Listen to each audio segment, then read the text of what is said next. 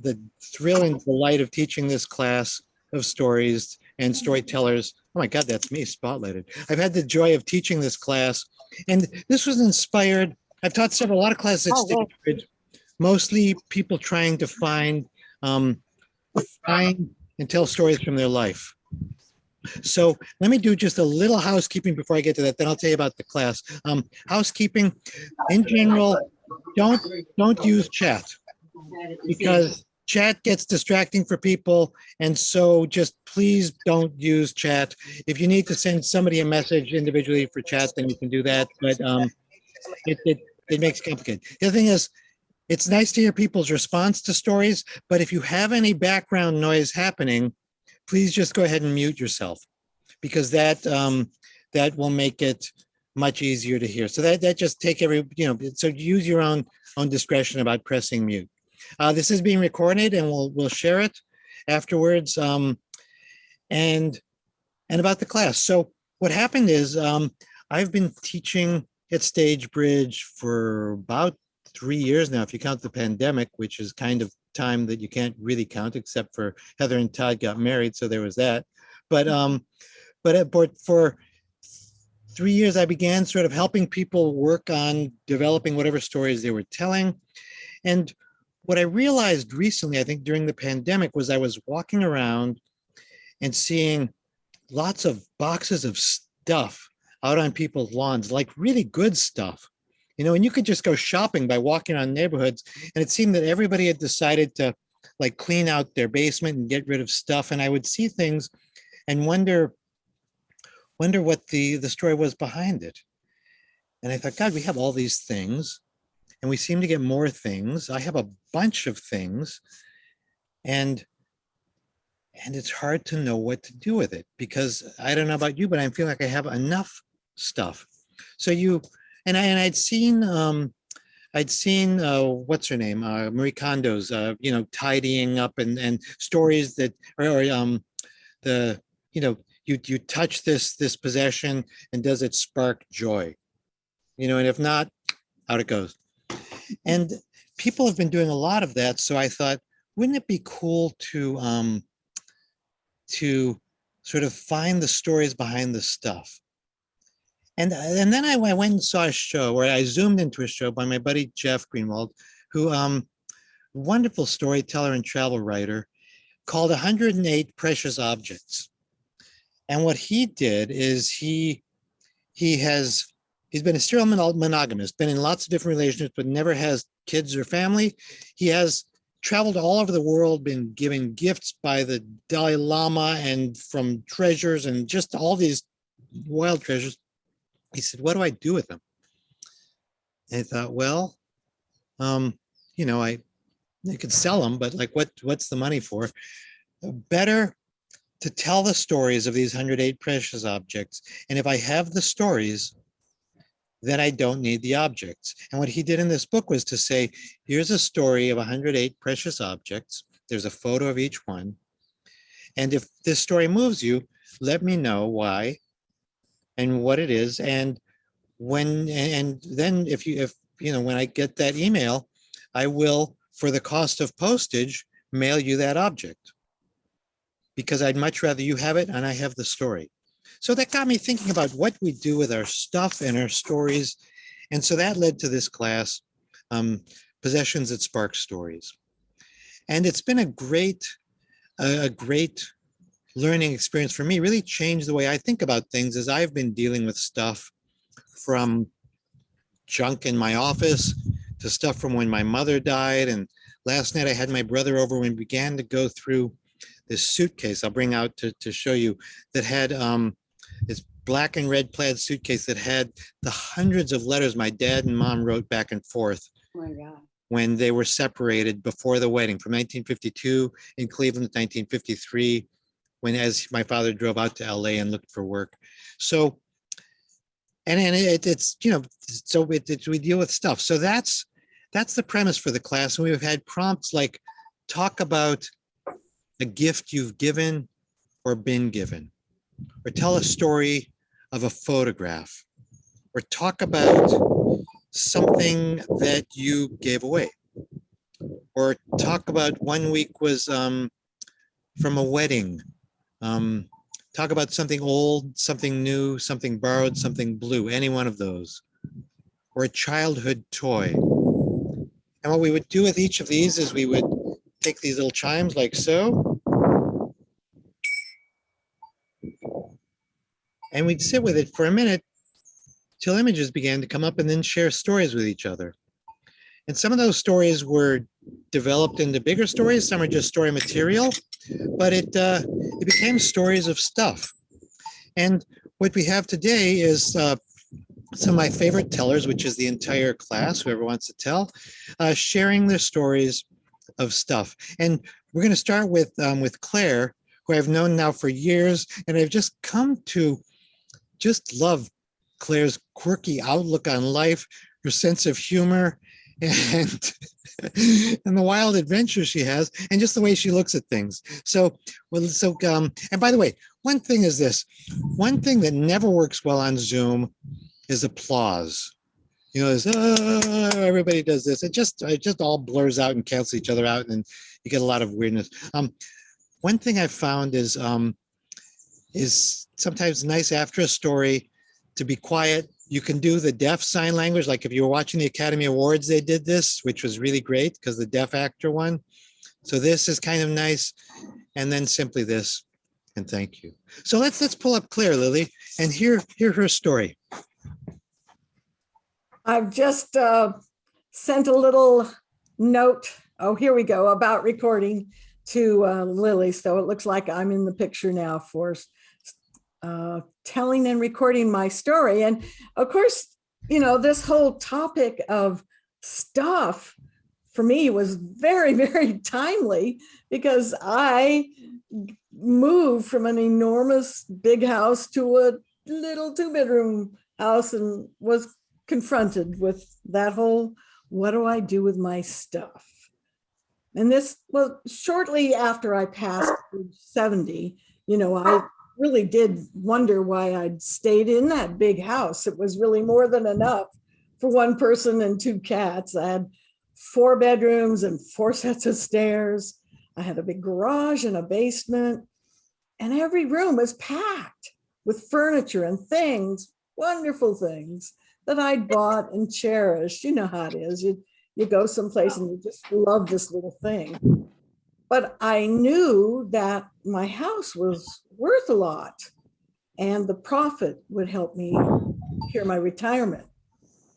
So I started shopping for a smaller, affordable place with no stairs, something, you know, that would work for me and my cats and be comfortable and safe. And I found this suitable 2-bedroom place in a senior community and have a garage, and I didn't have a basement, but I had all this stuff in this big house. How was I going to move? How was I even going to decide what to take? And really, it was, how could I even part with my treasures? The first thing I did was I took a bunch of clothes to Goodwill. Yeah, but they just heaped my donations into this big old bin, and I, hey, that was $150 blouse there. They didn't love my treasures. They didn't appreciate it. I really, if I had to get rid of them, I wanted to find people or charities who would appreciate and love my treasures. So the first thing I did, I started with Nextdoor. You guys know about Nextdoor, and posted free things. And the first collection was my CDs. I have pretty obscure music collection, and I suggested somebody who collected weird music might be interested in them. And the person that I connected with ended up being vital to my whole moving operation. He was the key man. Don, he had a pickup truck and he had experience helping people with cleanouts. And he was a Berkeley guy, bless his heart, and he's all about recycling. And he took my barbecue and he took blankets and quilts, and if he couldn't sell them or use them, he would take them to Urban Ore. Now, Urban Ore, if you don't know, is a big warehouse of recycled architectural goods or household goods. And And Don was all about the urban ore. And he was my knight in shining armor. Well, so I'm going through my pieces and I get to my antique dresser. And it was hard because it was the first real piece of furniture that I had after my divorce that I bought that wasn't a hand-me-down from any place else. And I remember making installment payments on that dresser, and it took me a couple of months to pay for it before I could even take it home. But you know, it really had meaning. It was emancipation for me after the divorce. But I didn't have room for it, so I called the Oakland Museum. I don't know, you guys know about the Oakland Museum White Elephant Sale. It's held every year, and it's a huge warehouse, bigger than a football field, maybe 2 football fields. And I always like their cause, of course, which is the Oakland Museum. And I called them up and they said, yeah, we'll come. They'll take your dresser. And I was a little surprised because those places had been a little picky. And this young couple shows up and they love my stuff. It turns out they were a husband and wife and they love that dresser. I said, really? Okay, well, how about this Art Deco lamp? Yeah. Well, how about these paintings? Yeah. I was like, yay. That really made me happy. They liked my stuff. Well, you know, later I found another charity. It's called Out of the Closet. It's on 18th Street in Oakland. And I like the idea of them because their profits go to AIDS research. And the woman at the counter there loved my art too. And I was bringing them a few things, couple of trips. One trip, I was there, come out, and I see a young couple. It turns out they were brother and sister in the parking lot with one of those rented U-Haul pickup trucks. And they had just obviously been picking up a couch from Out of the Closet. And, you know, they were cute, and she was like an Amazon goddess. She was beautiful, tall, long hair. And here's me. You need another sofa, making a joke because clearly they've got a sofa. I've got a sofa bed at home and thinking they'll go yuck, yuck, yuck and laugh it off. But no, they look at each other and they say, well, we could use one in the other bedroom. I said, great. Follow me home. So I lead them into my house, complete strangers, up 3 sets of stairs. They haul down that sofa. And, you know, they go, and they were so sweet and grateful. And I said, well, you know, they were complete strangers. That could have been risky, but it was lovely. It was so funny. Well, Don, my hero, continued to help me for weeks, either to take things to recycle or take to the dump or find a new home for. You know, he was my gift, I'm telling you. So, but after a few weeks, I'm finally getting down to where I think I need to be. You know, like Joel said, in my neighborhood, people left free things out on the curb, you know, to get rid of them. And I had just done the basement and I pulled out a whole bunch of boxes of Christmas stuff. And the next day, it's sitting on the curb and I look out my bedroom window and a man and his young son pull up, stop their pickup truck. They jump out and they took 4 or 5 huge boxes of Christmas stuff. I just thought, wow, those guys must really love Christmas. And I cleaned out my basement. So I guess I'm down to almost the last day before the moving truck comes. And a young man is looking over at my stuff on the curb, my free stuff, the other free stuff. And he's a little scruffy and I'm out there watering the roses or something. I say, hey, you need a file cabinet? I've got one upstairs. Well, yes, I might. My whole apartment is stuff from free curb stuff. So off, I said, come on in. Looked me up the 3 flights of stairs and like it's a little wicker file cabinet, you know, and it was really cute. And he was on foot and it wasn't that heavy, but he was trotting up the hill with with my wicker file cabinet. It was great. The whole thing, of course, was definitely stressful to let go of my stuff, but I expected it to be harder to let go of my precious things.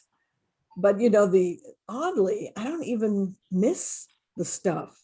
I can't hardly remember what they were, but I do remember Dawn, who saved my sanity. And I remember that Oakland Museum white elephant sale couple who loved my stuff. I remember the Amazon princess and her brother who took the sofa, and that scruffy guy on the street, and the man and his son who really loved Christmas. I knew my treasures were loved.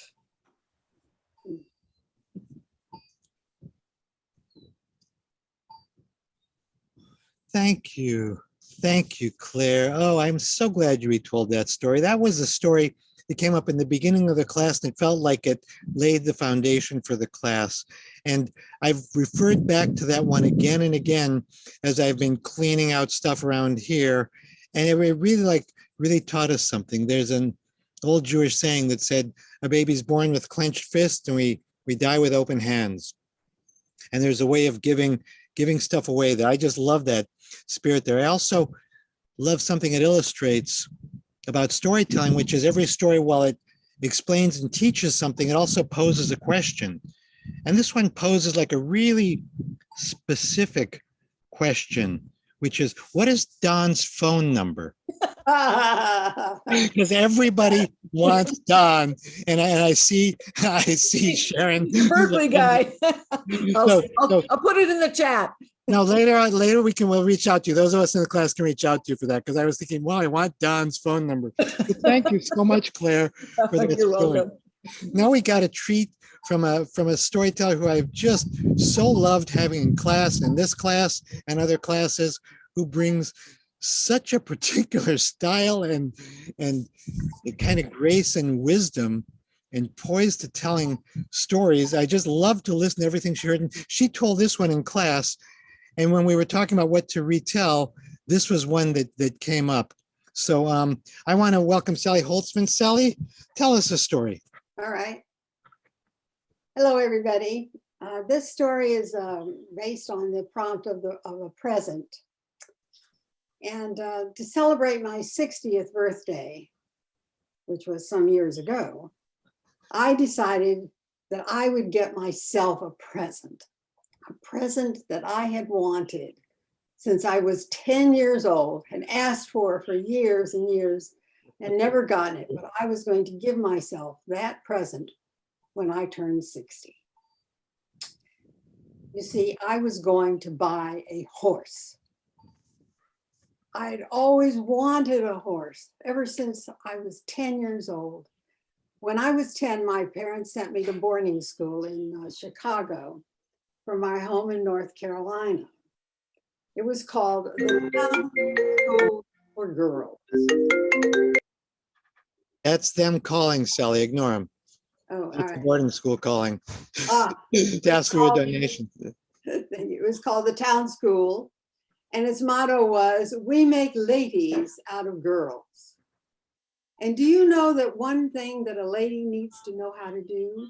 She needs to know how to ride a horse to become an equestrian, because every Saturday, my house mother gathered a group of us and took us to the local riding stable called Christensen's.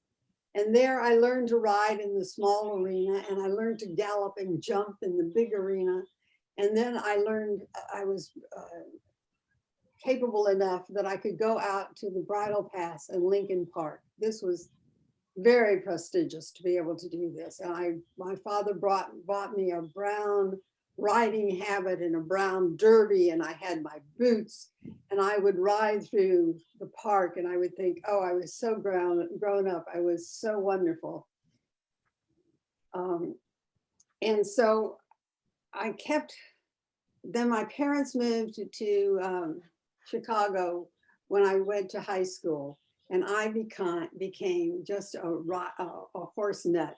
I mean, I spent all my time at Christensen's with a bunch of other girls we could care less about dating. We could care less about proms. What we wanted was our horses, to groom those horses, to ride those horses, to be with the horses and the stable boys too. And then by the time I got to college, I was teaching riding every summer. However, after college, adulthood came into being and I had to go to work, and then I got married and I had 4 children and 3 children, and I sent all of them to summer riding camp, but they didn't get the bug. And then I got divorced and decided I would start hiking. And in this hiking group, I met a lady and she said to me, I want to introduce you to a very nice man. He'll call you for dinner. And several nights later, this man knocked on my door and I opened the door and there was Bob. And he was a nice looking man, bright blue eyes, and he wore a pressed shirt and he wore pressed jeans and he had on cowboy boots. And I looked past him down to the street and there was this huge Ford pickup truck. Now, I don't want to sound stuck up, but I had never been on a date in a pickup truck. So here's this pickup truck and this man in cowboy boots. And I thought to myself, my luck, an urban cowboy. What am I going to do with an urban cowboy? But over dinner that night, Bob told me about the ranch that he had owned in Visalia and how he had raised horses. And the reason he wore cowboy boots is because he thought they were comfortable. And the reason he had a pickup truck is because he had all this stuff that he always had to, move around and deliver and that kind of thing. And coincidentally, with my meeting Bob, my daughter bought a house that came with a barn and 2 horses. And one day she called me up and she said, Mother, why don't you and Bob come over here and ride these horses? I don't have time. So I said to Bob, do you want to go ride? And he said, sure. Now, Bob was almost 70 at the time, and he probably hadn't ridden a horse for 30 or 40 years. And so we went over and we saddled up these horses and we got on them and we started to ride out into Tilden Park. It was like I had never stopped riding. I just felt so confident. I felt good about it. And we rode on and on and on, and it was wonderful. It was wonderful. So we kept riding several times a week, and then we bought a camper, and then we bought a horse trailer, and we started going out with these horses. We went to the Sierras. We rode along the shores of the Pacific Ocean. We rode in the deserts of the South. We would go out for a week with these horses and this trailer. I mean, it was absolutely wonderful. It was just, I cannot tell you how young I felt, how capable I felt. Sometimes my body didn't feel the same way, but it was fabulous.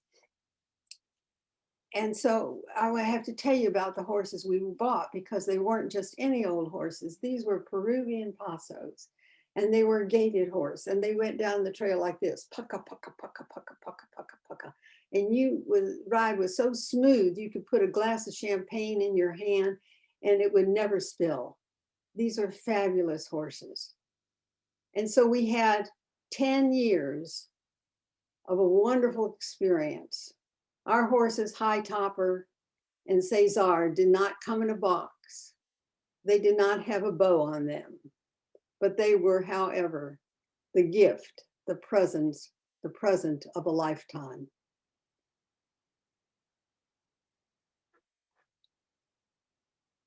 Yeah, thank you. Thank you. Thank you, Sally. Oh, I'm so glad you retold that, and just so inspired to hear that. Some of you know Jeff Lee, my buddy who teaches at Stagebridge sometimes, and we have a running joke about a book that he was going to write and never did write, about how when you are young, you do all these different things, and then you find something you're good at and get rewarded for that, and that's what you do. But by the time you're maybe 40 or 50, you realize that there's one thing you've done again and again and again, and you become like a weightlifter who's lifted weights 9 hours every day, but all they've done is curls with their left arm. So this muscle's like Popeye, and the rest is all atrophied. So then you look back and say, what were things I loved when I was young? And you rediscover that. And that's that horror stories, and that he said that point when you realize that that muscle there, that's the beginning of middle age. He said, and when you like accept it and you begin to embrace it and go find those things you love, that is the beginning of a wonderful new stage. So thank you, Sally, for illustrating that beautiful story. We have a student in class who I've loved having in class. And partly, as we're in class, this Stagebridge, even happening in Zoom as it is these days, is a little respite from the rest of the world, where we get to focus on beautiful things and things that we love. And yet we know the rest of the world is kind of a little nuts, in fact, a lot nuts these days, if anybody reads the news. And partly what I loved about Samir's stories is they bring to life the human side of things that happen in the world even now. Like as we hear about refugees and people traveling and leaving, I was, and they become numbers and statistics, and how do we even keep track of all the more refugees than any point since World War II? But for Samir to sort of tell the story he's going to tell now, I just so enjoyed the humanity he brought to it. And I'm particularly grateful that AT&T or Verizon or whoever it was came and fixed his internet today so he could be here with us. So Samir? To 1968 in Alexandria, Egypt, where life was predictable.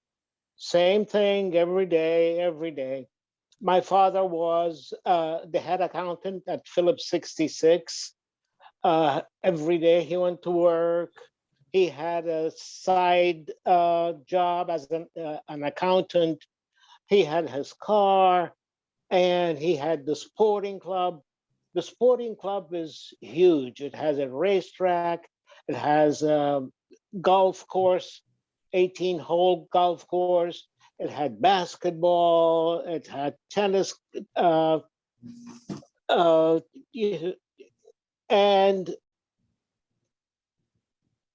a place where people gathered and met together. It was big. He liked it so much that he bought us a house right across the street. Second floor, he can get up in the morning and look out at the sporting club. Hey, it's mine, that kind of a thing. My mother never worked. She stayed home. He gave her the money and she took care of the bills. And every once in a while, she called a taxi and he takes her to the sporting club. And that's where her friends and, they meet and they talk and all that kind of stuff. Us kids, it was from September to June, going to school. It was a Catholic French school. And June, July, August, and part of September, we spent the whole summer in a summer house outside of Alexandria. And it was 3 floors. It belonged to my father, my mother's father, and he had 3 girls. One had the top, one had the middle, and one had the bottom. And everything was nice. My father, one day he goes and he meets with his friends and all that kind of stuff. And there is a Christian general that went to school with him, knew him well and all that kind of stuff. And the gentleman was shaking and very, very, very upset. And my father went, "Hey, what's going on? What's going on?" And he was there. I said, if I tell you, you don't tell nobody. Okay. In 1952, Egypt was a kingdom. We had King Farouk, and we had King Fuad, and before him, his father, and all that kind of stuff. In 1952 came a military revolution. And then there was a war in 1956, and then a war in 1967. And some of the elements of this new government wanted to make Egypt an Islamic state, just like Iran today, where women cannot go freely walking around the street. All the people that are Muslim have to pray 5 times a day. It was very, that's where they wanted to go. My father got scared and he said, "We're leaving." My mother said, "What? Where are we going?" He said, "The United States." People at that time went to either Australia or Canada. And the Christians and the Jewish people, were leaving. They knew it's not going to be fun living there. But before we leave, after all the paperwork that we put together, we had to go to the American embassy in Cairo and have an interview. They wanted to see what, kind of people are they bringing into the country here. My mother didn't speak any English at all. She spoke French, and she said, "No, no, no, no, no." My father said, "Samir is going to grab you." I was the oldest. "Samir is going to hold your hand. Don't worry about it. You just sit and look pretty, and they're not going to ask you anything." So we go, get in the car. We were from Alexandria to Cairo. It was like 2 hours. We spent the night at some relatives, and then we go to the American embassy the next day. And my father takes over, and he talks to this person and talk to this person and all that kind of stuff. And everything is hunky-dory, and we're sitting there, There is 10 years difference between me and my younger brother. And one guy, all of a sudden, turn around and he says, "Vous parlez français, toi?" to my mother. Why did he do that? Why he do? She started rattling about how wonderful her kids are, how wonderful, well-behaved they are, and well-educated and well-mannered and all that kind of stuff. And here we are sitting behind her and we're going, huh? Huh? Is she saying that about us? We didn't, we worked it out. We got in to the end of the interview and we get in the car and my father goes around and he gets in the car and all of a sudden my mother bust out laughing. She was laughing so damn hard. Okay. You know how you sweat tears? She was cracking up. And we're sitting in the back there going, what's going on? My father took a look at her and he knew, and he said something like, "I've known you for 20 years, but I never knew you are such a bullshit artist." We laughed, he laughed. We sat in the car for about 10 minutes, laughing and laughing. And then we went back home.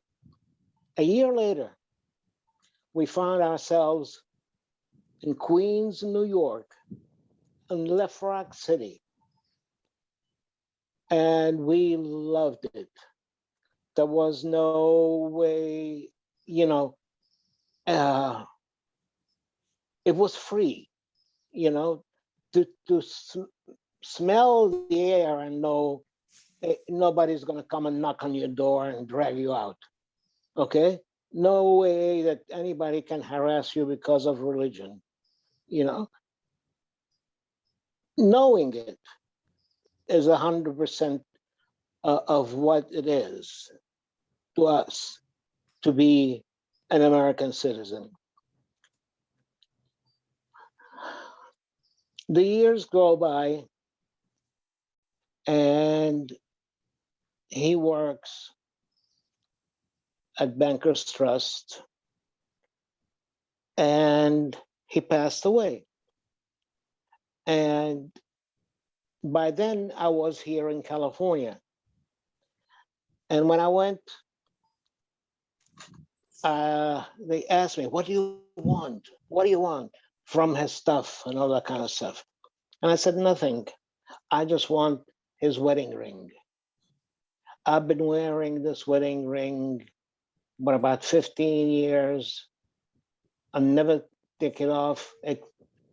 It's in the keychain, okay?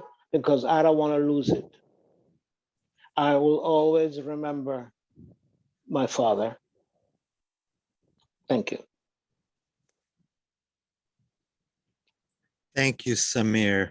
So beautifully told, and such a pleasure to have you in the class. And one of the things we learned about Samir in the course of the class, he's been telling stories all his life, and he began partly to keep his cousins in line. One in particular, a girl who he described as a cannibal, who would bite him constantly, except for when he was telling a story. And so here you have somebody with this, and so he would tell stories, and as long as he was telling stories, she would not be biting him. And here you have this background, life so rich in stories, and it's one of the great things about Stagebridge, which I know that you, Liz, have have ran at one point. It is such a great thing to be able to come back and hone those skills and harvest those stories. So thank you, Samir. So good. Stories that we have always teach us something. And they teach us in different ways, and some lessons subtle and some more bold. But I can only think, having been with Cynthia now in a couple of classes, well, how lucky her students are to be able to learn from her with her teaching mixed with her stories. So Cynthia, come tell us a story.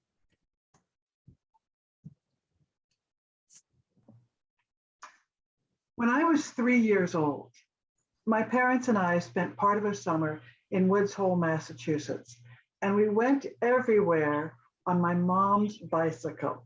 She was riding, of course, and I sat in a basket in the front.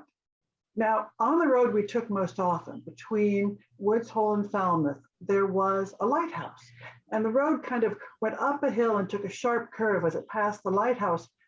And it being Massachusetts, it had a loud foghorn that really scared me. It hurt my ears. So Mom and I got in the habit, every time we were going to ride by there, she would stop at the bottom of the hill before the foghorn went. And then we'd go, ooh. And as soon as the foghorn stopped, I'd yell, go, Mommy, go, go, go. And she would ride, held at the leather, up that hill, around the lighthouse, back down the other side, and we'd get clear before that lighthouse made that noise again. This is an example of the kind of energy with which my mom lived her life. Physical energy, intellectual energy, creative energy. So many parts of her life come out of this lust for life she had. My parents met folk dancing in a ski lodge, which tells you a lot about their relationship. During their courtship, my mom spent a year in Germany and worked at that time, both improving her skiing and also at that time took up ceramic sculpture, which became a really important theme throughout their life. For their honeymoon, they went rock climbing. They camped illegally by Mirror Lake and made an approach to Half Dome. No Bahama beaches for my parents. After some interesting interludes, they ended up in Oakland. And about the time I was born, a couple of things happened. My dad, by around this time, convinced my mom that her initial career plan of being a secretary just wasn't good enough. And Mom entered the PhD program in social welfare. And she had a nice project where she was training welfare mothers to work as social workers. And she had some surveys that she had conducted to see what they'd learned. And that I was 8 years old at this point, and the surveys were written, her tally sheets are written in cursive, so I couldn't actually read the questions, but I could read the numbers. And Mom taught me how to go 1, 2, 3, 4, and across so that I could help her tally up her surveys. So this idea of a parent who's growing and learning was a really important part of my childhood. Now, as I mentioned, Mom was a sculptor. The other thing that came out of this, well, I think she was having some frustration with her committee because she made this sculpture. This is Tenure. He's smug and he's gutless. Now, this is my personal copy of Tenure that Mom created for me while I was working on my own PhD. But it really shows you something about the way she thinks and her approach to life. Now, Mom's physical energy did not diminish. During that same time, she took up running. And now we lived on a steep hill, and around the block in the Oakland Hills is a mile. So in her late 30s, after I was born, Mom took up running starting with a vertical climb of 200 feet, and the short run was a mile. Over time, she took me with her a few times in a stroller, rattly, rattly, rattly, woo, rattly, rattly, rattly, woo. That didn't last very long. But during my lifetime, she increased her run from a mile to 1.6 to 2.5, and then it started peeling back. When Mom was in her 80s, I finally acceded to her constant pleas to move home. She helped us buy a house near her, and we came and started hanging out around our old church and really had a lovely life. And during this time, my mom and I were still doing a little bit of adventure travel, Oaxaca, Costa Rica, Newfoundland, and Mom was continuing with her sculpture. Her garden is completely full of sculptures. Her house is completely full of sculptures. And she was teaching classes and inspiring everybody. And at 92 years of age, she was still running those 1.6 miles through the hills every frickin' day. That was February 19th.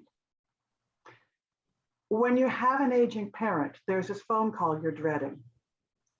And that phone call came on the night of February 19th, 2020. Mom had fallen. She had broken her hip.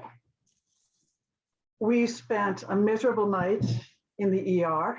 She had refused medication, and when she needed it, it was too late. Eventually, we got her admitted. She, of course, had surgery. 24 hours into this situation, at this point, we spent a night in ER, awake. I'm at home, I'm asleep. Mom's supposed to be asleep, and the phone rings. I'm just going to tell you my side of the conversation. Hi, Mom. No, Mom, you're not at home. No, I can't come over. You're not at home. You're in the hospital, Mom. Yeah, you fell. No. That's not your window. You're not at home. You're in the hospital. You fell. You fell. Yes, actually you did. You fell and you broke your hip. And those two women, they're nurses. It's their job to keep you from getting out of bed. No, I can't come over. I can't. I'm sorry, Mom. Hey, Mom, I'm going to ask you to do something really, really hard for me. Really, really, really hard. Can you do this for me? Can you give those ladies your phone? Would you do that for me? I love you, Mom. And, even as I was having that conversation, I thought about how many women have had that conversation and how many people have suffered this. And I imagined, I was listening to myself having that conversation, imagine putting it in the story. Well, Mom actually recovered really well. She did spend a couple of weeks in a nursing home. There was some ongoing confusion as to whether she'd actually fallen or not. On March 15th, the day of the COVID lockdown, we got her home with a 24-hour caregiver. So often when a woman breaks her hip, that's the end. She moves into a home, but not my mom. At home, learning to walk again, gets out there. She walks a half a mile. She walks 3/4 of a mile. Hasn't quite done that big long loop, but she can walk to my house, which is up that same steep hill. And just this last Friday, we celebrated my mom's 95th birthday with a surprise party, friends gathering around. And at church, my husband sang mom's favorite hymn. She loves it because it's a waltz tune. And yes, she got off of her walker and she waltzed. Go, mommy, go! Thank you, Cynthia, for sharing that. It's Cynthia brings such humanity to her stories, and I love the way that the stories we tell can accompany us through the challenges of life, because challenges we're always going to have, and you have some incredible stories of surviving. They seem to be punctuated by hospitals and journeys that are unintended. And I just thank you for the sort of the humor and wisdom and insight that you bring to it. So thank you. Thank you. And now Sharon. Sharon has come to our class as a first-time storyteller. She did a stand-up comedy class, and she did a class, improv classes at Stagebridge, and she has the most wonderful way of telling us that she's not a storyteller, and it's the most enthralling story to hear her say how she's not a storyteller. It's just been lovely having her, and now let me just ask Sharon, do you feel like telling today? Would you like to tell us a story? I love the storyteller. All right, here's Sharon. Thank you.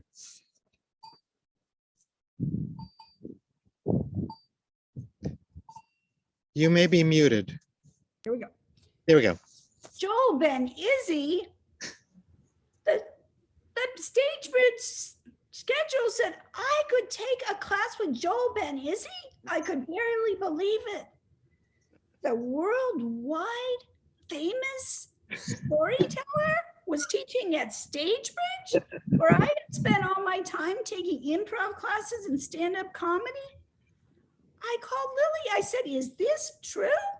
Is Joel Ben Izzy teaching a storytelling class?" And Lily said, yes, he is. And she said, "You'll see it on the printed calendar when it comes out."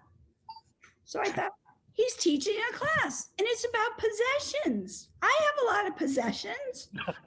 So I looked and in small letters, I'd never seen anything like this, but I knew he was Joel Ben Izzy, so I had a reason for writing this. In really small letters, it said, "Stories about possessions." And then when I put on my reading glasses, I got really tiny, and there was a little asterisk.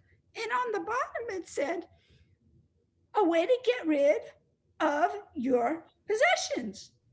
You need to move." So I need to move. I've lived in my house in Montclair for 33 years, but I've never questioned a teacher in my life. I was an educator. I thought, oh, I want to be a good student. So I found a condo in Marin. I put my house on the market. I just followed what he said. I thought, it's Joel Ben Izzy. He must know what he's doing. So I thought to myself, okay, I can donate some possessions.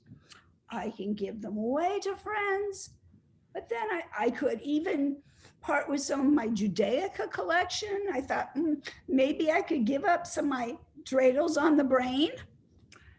And then, but I thought, oh my gosh, I'm not. And then I thought, is he going to make me give away my cat Eloise? No, I said, I'm not giving away Eloise. And you know what else, Joel? I'm not giving away my photograph album. Andy Warhol said, we will all have 15 minutes of fame in our life. What happens if you don't remember your fame? I don't remember mine.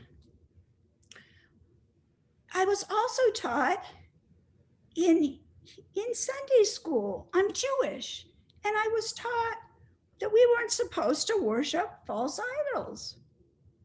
And I guess I didn't really understand that. I was really young. So I had my cousin Debbie on a pedestal my entire life.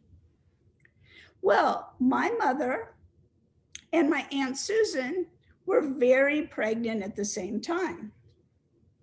One of them had a scheduled checkup with her obstetrician. The other one that day said, I'm feeling kind of funky. My grandmother said, get into the Cadillac, we're going to the doctor's.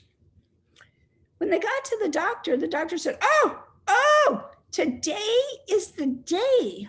I want you to go home, pack your bags, and meet me at the hospital tonight.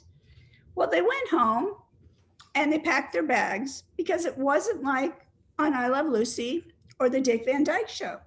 They didn't have their bags ready. As soon as their husbands got home, my father Stanley and my Uncle Harvey, the wife said, honey, we have to go to the hospital right now. Well, when they arrived in the hospital, Cedars of Lebanon, which was in Hollywood, they were roomed in 2 joining delivery rooms. That night, Dr. Ginsburg, a prominent Beverly Hills obstetrician, was the busiest doctor in town. I was born very quickly. I was my mother's 3rd daughter. My cousin Debbie was supposed to take a while. She was born 42 minutes after I was. That night, 2 new Geminis came into the world. It was Tuesday, May 22nd. We were on the front page of LA newspapers. There they were, the proud mothers in their fashionable 50s robes with their perfect makeup. Back in those days, LA was a safer, friendlier, kinder area.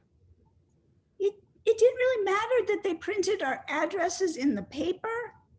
My parents didn't think about, oh, will someone come in and rob our house tonight? Will they steal our car? Would they kidnap our baby daughters?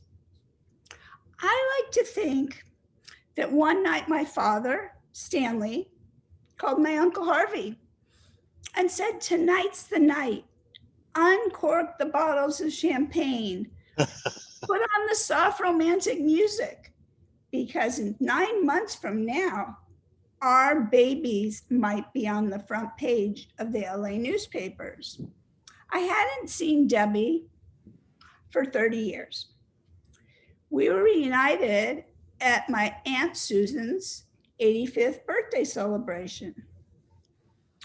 As we pulled up to the restaurant, the grill in Beverly Hills, I asked Debbie's brother, my first cousin, I said, is that Debbie? He said, of course it's Debbie. And she was wearing a leather jacket and silk palazzo pants. And when I went to hug her, I thought I had remembered her having a low voice. And now she sounded like Minnie Mouse. We went into the restaurant. Of course, I wanted to sit next to her. She she took off her leather jacket and exposed her arms. They were goddess-like. They were sculpted. They were buffed. They were bronzed. I thought, oh my gosh, here I was sitting next to her. She was in a seductive purple halter top. I was sitting next to her. I was wearing a black, very dignified, very fashionable black pantsuit. I was wearing a black silk blouse underneath it. However, I did have a very dramatic scarf on that night. Well, I remembered. I always put Debbie on a pedestal from the time we were little girls. We went to the same nursery school, but after that, we never went to the same schools. Debbie was sent to public school. I was sent to private schools. Debbie went to college on the East Coast. I stayed in California. She got married. I never got married. She had two daughters. I had two felines. She got a divorce. I never got a divorce. She remarried. I didn't remarry. She settled in Georgia, and I have lived in the Bay Area for 40 years. So as we sat there, I thought, I want to know everything about her now. I haven't seen you in 30 years. What's your life like? What makes you tick? What's it like living in the South?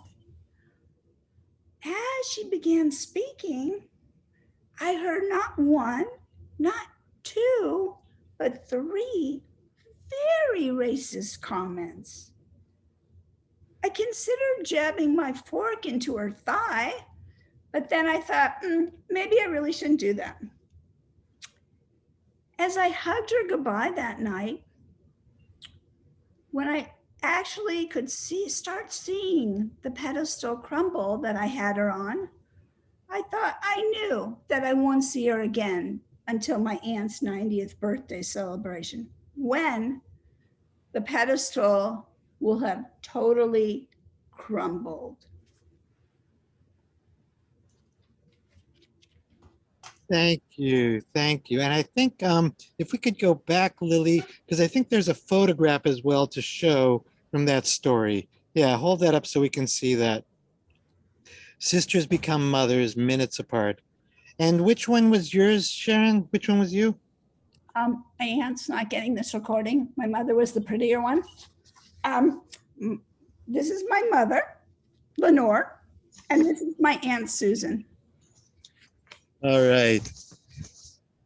Thank you. Thank you so much for that. And it's again, it's each time Sharon would like mesmerize us with the story, she'd always say, this is my first storytelling class. And I was always reminded, that it may be your first storytelling class, but it's something a skill you've been developing your whole lifetime. And I'm reminded of the guy who was in a cafe in Paris, and he looked over, and there at the next table was Picasso. And well, Picasso, how they have those paper tablecloths, they just put paper on for the table. And Picasso was sitting there waiting for his food, and he was doodling, right? And the guy's looking over thinking, oh my God, that's a Picasso doodle, right? And he comes over and says, Mr. Picasso, Monsieur Picasso, I'm a big fan of yours. I noticed your drawing. Maybe I could buy the little drawing on your tablecloth. And Picasso says, sure, of course. It's 50,000 francs. He says, 50,000 francs. He said, but it took you 1 minute to do. He said, no, this took a lifetime. And that's kind of one of the things I love about this class is people have been developing these stories and skills for a lifetime. And Sharon, your telling is just so lovely to hear with all the skills from improv and stand-up comedy and all those kind but untrue things you said about me. So thank you. So just great having you in class, and welcome to the stage. So Suze, come tell us a story.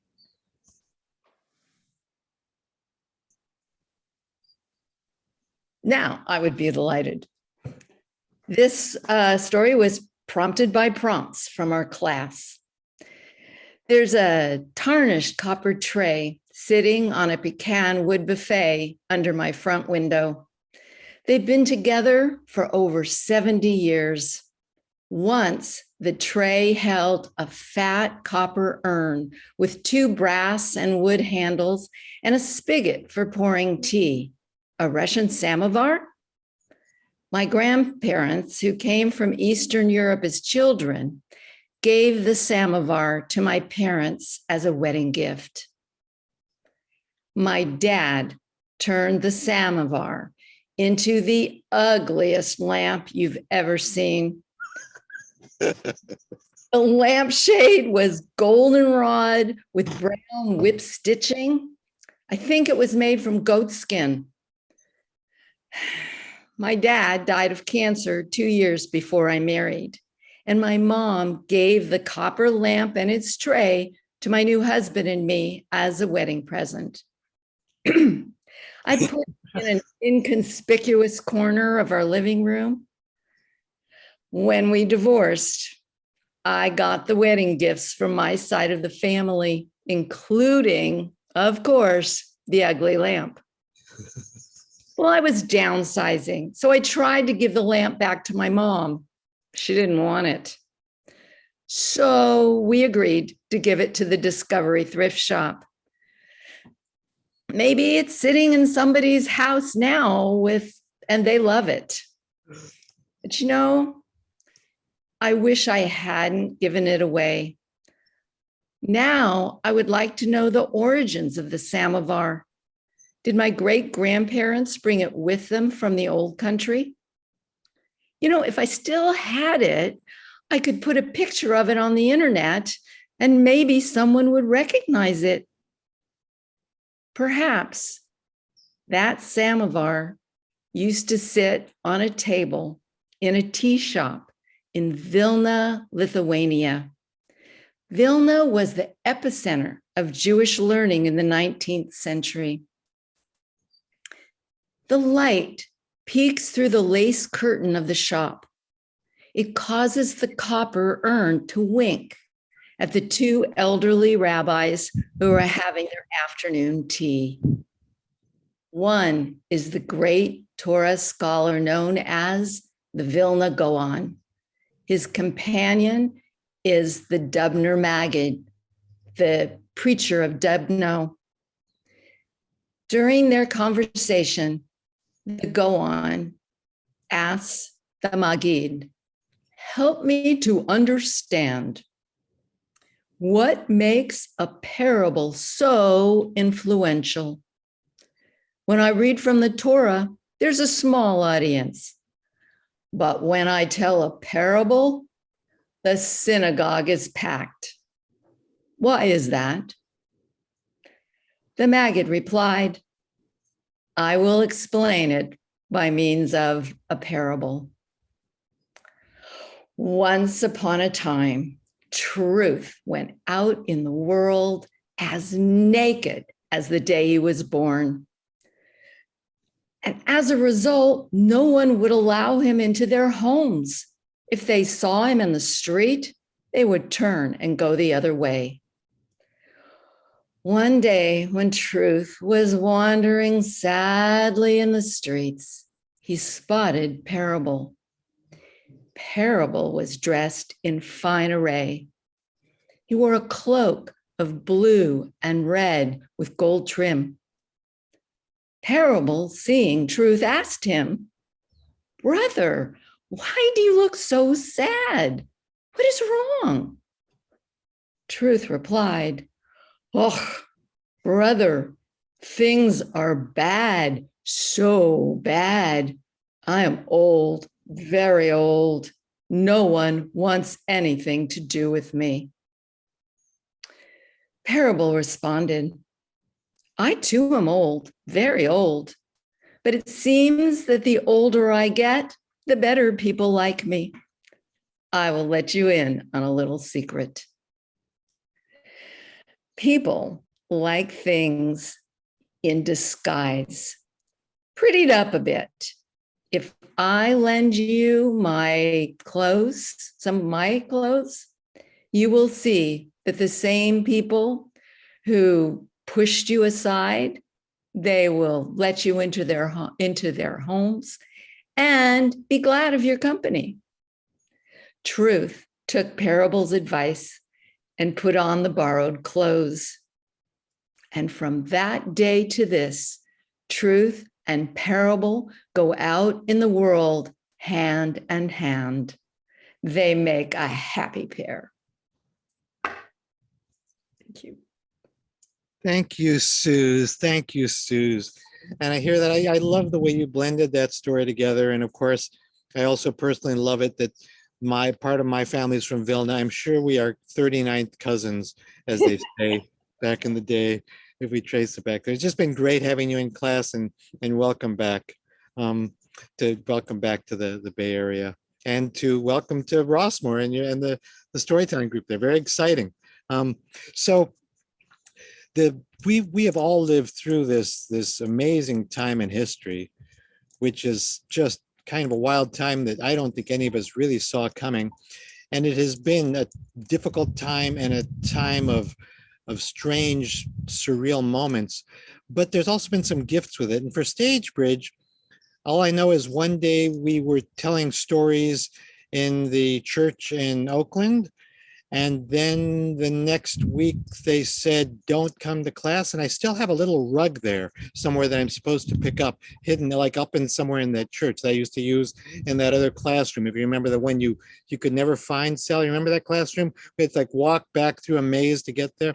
Anyways, but one of the upsides is that Stagebridge, since going on Zoom, actually welcomes people who could never otherwise make it. And by people who could never otherwise make it, but are terrific storytellers, I include Scooter in that group because I knew Scooter when she came to Cazadero, where she was just a natural for it.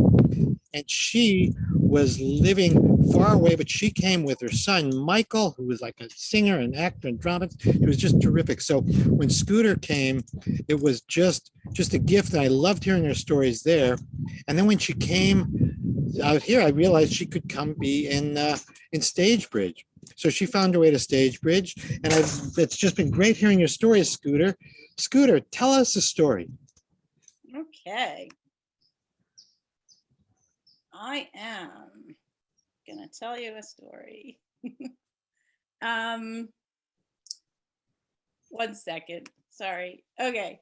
In October 1996, I met an amazing, wonderful man.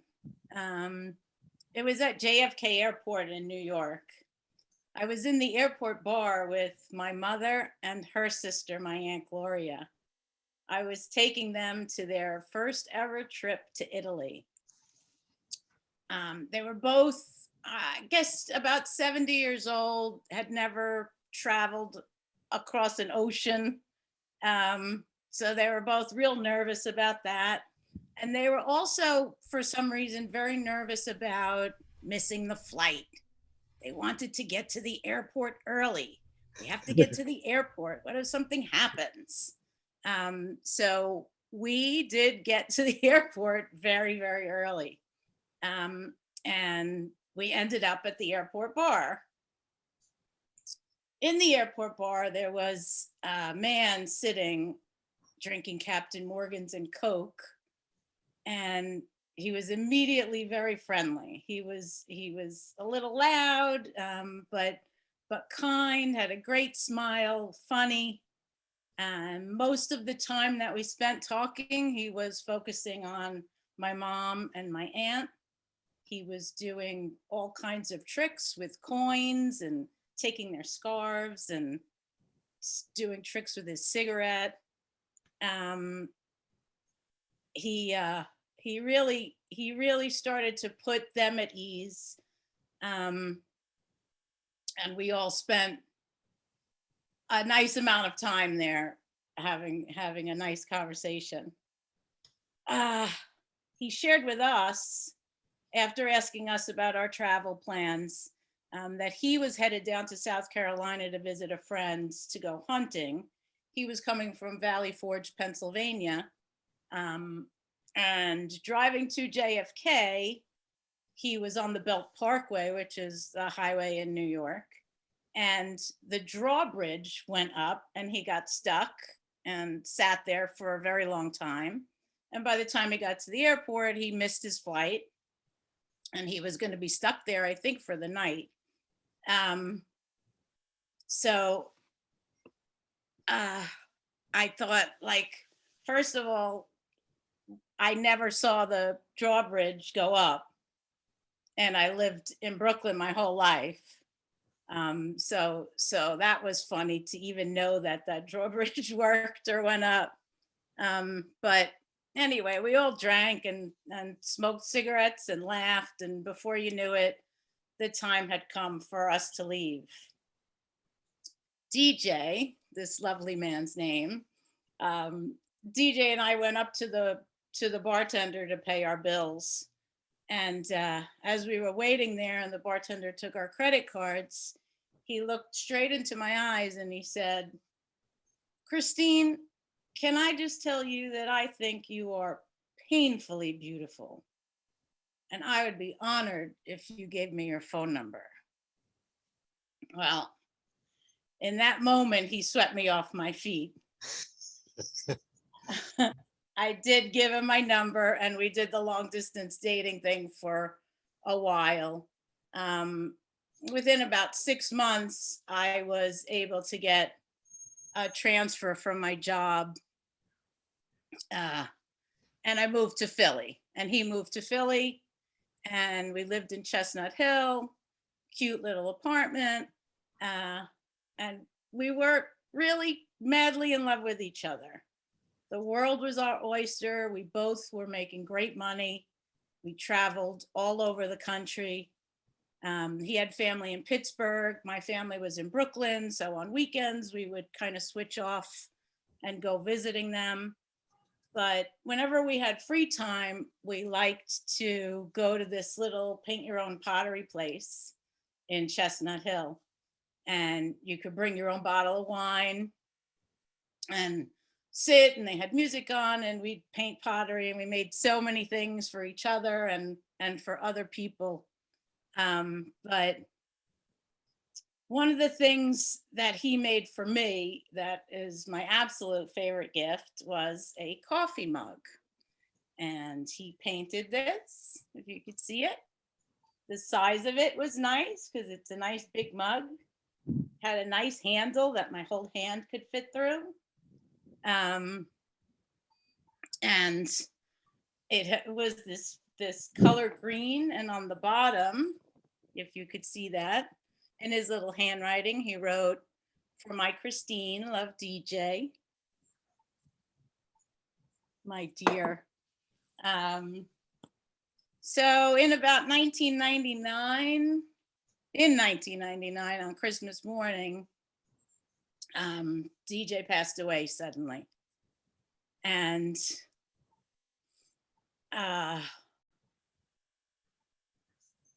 it's even though we only had a few years together, he was without a doubt the love of my life. The mug I've been using pretty much every day. I have my coffee in it every morning, and every morning I think of him. I think of how he loved me. I think of how he thought I was painfully beautiful. I miss him dearly and remember him sweetly. And I know that I'm a better person just for having known him. Thank you so much, Christine. Christine Scooter, I call you. Oh, lovely. And that is a painfully beautiful story. You're painfully beautiful. So thank you for gracing our class from another time zone off in the land of Pennsylvania. It's just been so great having you here at Stagebridge. We have one more teller left. Before we get to Eleanor, I just have to acknowledge two of our tellers who were both terrific. There was Merle, and then there was Jerry. Jerry is out with really terrible allergies today, which is the downside of this beautiful weather, and allergies, bad allergies and storytelling just don't mix.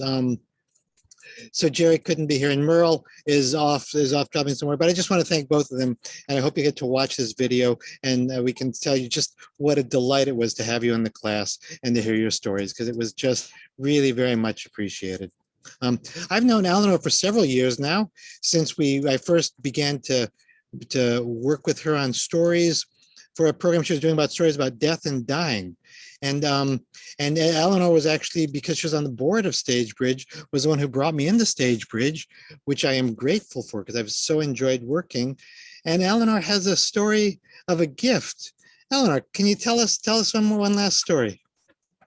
Well, my husband, Sydney, and I had been married for 3 years, and our newlywed glow was still there. It was his 35th birthday coming up, and I wanted to give him something really special. So I planned a weekend that was going to be very romantic, and it was to be a birthday surprise. I got my mother to agree to take care of our toddler, Nicole, and our baby Marcus. Childcare, check. I got tickets to the Peebo concert at Circle Star Theater for Friday night, check. We got reservations at this beautiful little inn in Napa that was right across from a beautiful, adorable Italian restaurant with to die for tortellini. Check. Well, we went that Friday night to the Peebo concert, and it was fantastic. Sydney loved it. And then he was surprised when we drove down to Napa. Then in the morning, the alarm went off. It was the wee hours of the morning. It was still dark outside, and the alarm went off, and he was looking for it. And I had wrapped it beautifully, a beautiful new alarm clock, and hidden it under the bed. Well, he finally found the alarm clock, ripped it to pieces, and turned it off. So that was the first flaw in my plan. Not romantic to find an alarm clock in the wee hours of the morning before the sun has even peeked out. Well, we went on to put on our warm coats, and I took him down to the meadow where we met with 3 other couples. And there we saw 2 magnificent, beautiful, multicolored hot air balloons. And they were laid out across the green meadow. And there was a wicker basket for each one of them that was anchored to the ground. And we saw that they had just started to fill. And as they filled, they began to rise magnificently. We were all in awe watching these magnificent balloons. And then we saw that in the bottom of the balloon, there was like a bag. And we saw a pilot working the bag, making sure that he was looking at the heat and he was looking at how much air was going into the balloons. So we knew we were in good hands.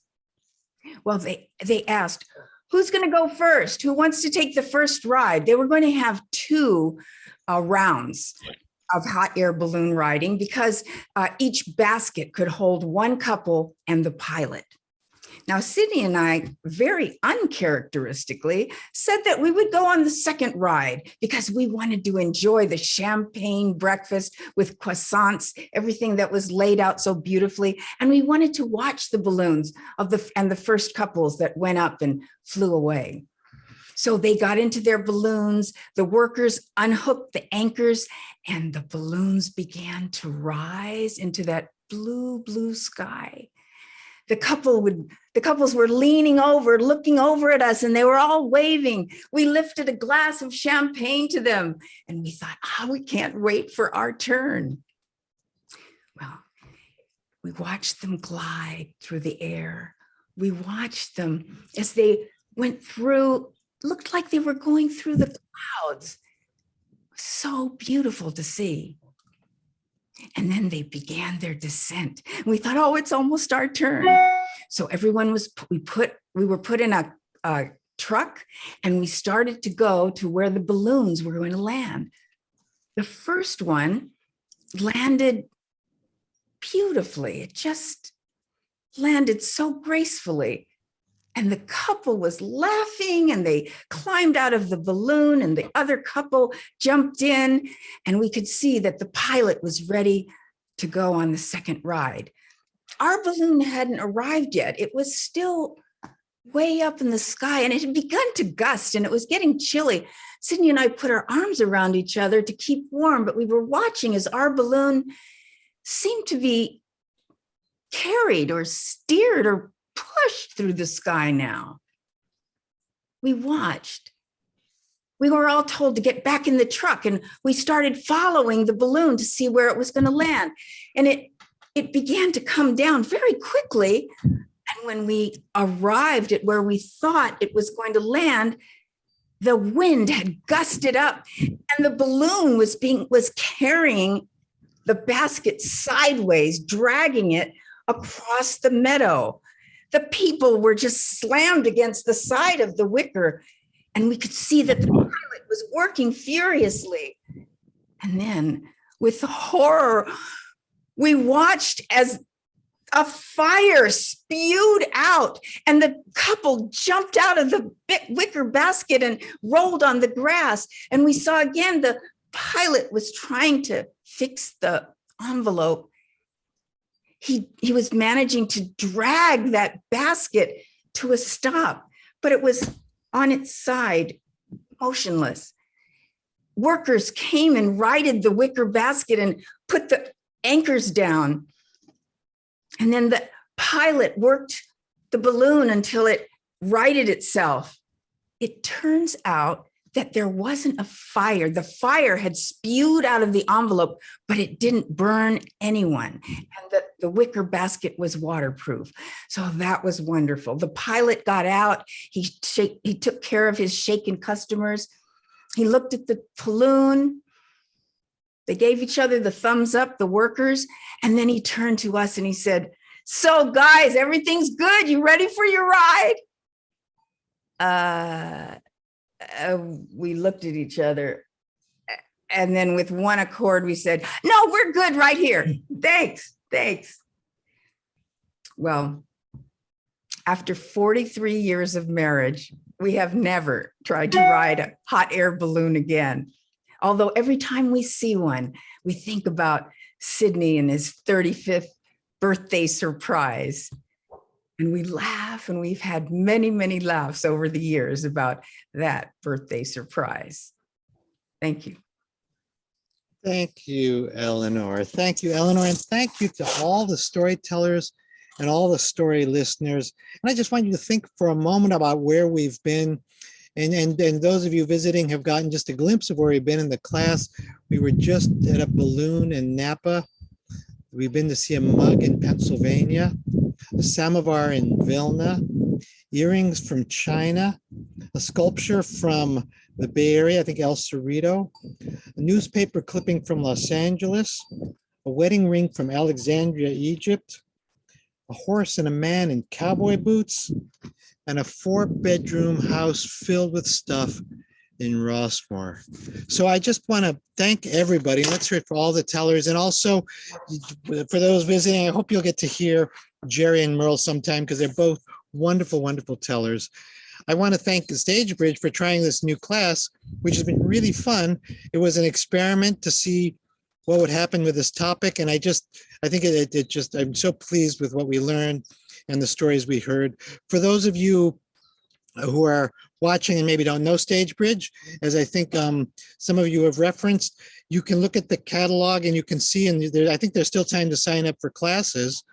And the class new session is just starting. So I think you have time to sign up for storytelling and other classes. And there's going to be a mixture of in-person and virtual ones as well. And there's a note that I think Lily just put in the chat, which I'll just read to you. If you're interested in taking class at Stagebridge, the Spring 2022 Performing Arts Institute is out now, and registration is still open. So go to stagebridge.com, and you can also make a donation if you happen to want to get rid of that stuff, like green stuff or stuff in your checking account. So just if you need to get rid of that, that's easy. Just put it right there to Stagebridge so you can help continue this. So thank you all, and I hope this helps you find more stories. And I'll invite those in my class to stay on and just say goodbye. And the rest of you, thank you so much for joining us this afternoon. Really lovely having you.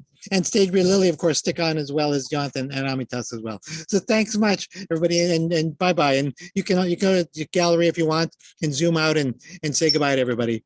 Feel free to unmute. Wonderful. Thank you, everybody. Great seeing you, Liz. Bye, Liz. Good Pesach. Yeah.